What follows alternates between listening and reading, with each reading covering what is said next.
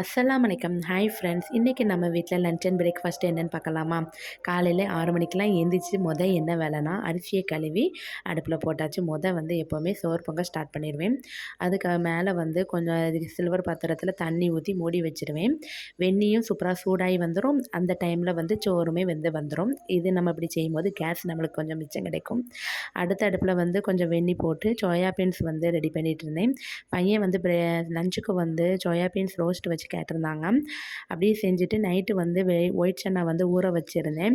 ஆப்பமாவு வந்து அரைச்சி வச்சுருந்தேன். ஆப்பத்துக்கு வந்து கடலைக்கறி ரொம்ப டேஸ்ட்டாக இருக்கும்ல, அதனால் கடலைக்கறிக்கு தான் ரெடி பண்ண வச்சுருந்தேன். அதை அடுப்பில் வந்து கடுங்காப்பி போட்டு வச்சாச்சு அப்பாவுக்கும் மாமிக்கும். அதை வந்து இறக்கி வச்சுட்டு அப்படியே குக்கர்லேயே தாளித்து விட்டுட்டேன். இந்த டைமில் பார்க்கும்போது சூப்பராக வெந்நியுமே சூடாகி வந்துட்டு, ஆனால் அரிசி பார்க்கும்போது கொஞ்சம் வேகலை. அந்த வெந்நியை வேற ஒரு பாத்திரத்தில் மாற்றிட்டு மறுபடியுமே தண்ணி ஊற்றி சூடு போட்டு வச்சுட்டேன்.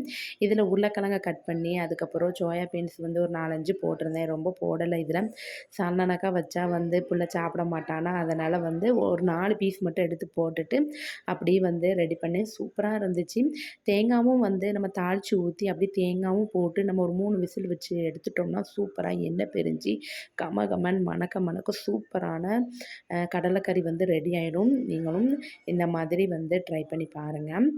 அப்படியே வந்து வெந்நீர் சூடாயிட்டு எல்லா பாத்திரத்துலையும் எடுத்து வச்சுட்டு அப்படியே வந்து கையோட கையாக பிள்ளைங்களுடைய வாட்டர் கேன்லையுமே அடைச்சிக்கிட்டு இருந்தேன்.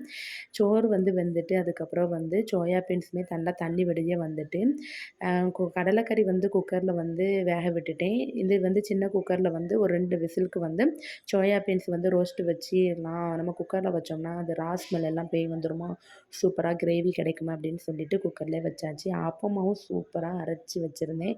நைட்டு சூப்பராக பொங்க பொங்க காலையில் வந்துருந்துச்சு.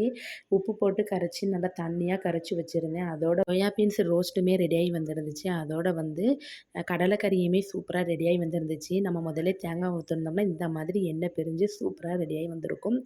ஆப்பத்துக்கு இதை ஊற்றி சாப்பிடும்போது அல்டிமேட்டாக இருக்கும். ஆப்பமாவை பாருங்களேன், நல்லா பபிள்ஸ் வந்து சூப்பராக சைடு ஓரங்களில் நல்லா வந்து முருகலாகவும் நடுசுக்குள்ளே வந்து சூப்பராக வந்து பஞ்சு மாதிரி வந்துருந்துச்சு. ஆப்பக்கல்ல தான் நான் இன்னைக்கு ட்ரை பண்ணேன். ரொம்பவே டேஸ்ட்டாக இருந்துச்சு.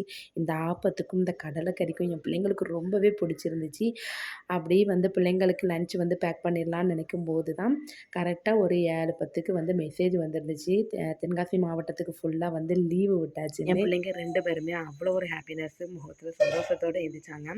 ஸ்கூல் டைமில் கூட எழுப்புனா ஒரு நிமிஷம் கூட எந்திரிக்க மாட்டாங்க. கூட ஒரு 2 நிமிஷம் தூங்குதேன் 2 நிமிஷம் தூங்குதேன்னு கரெக்டாக 8 மணிக்கு தான் எழுந்திரிப்பாங்க. இந்த லீவுன்னு சொன்னோன்னே எழுந்திரிச்சிட்டாங்க. எல்லார் வீட்லேயும் இப்படியா? இல்லைன்னா என் வீட்டில் தான் அப்படி நடக்கா? மறக்காமல் கமெண்ட்ஸ் பண்ணுங்கள்.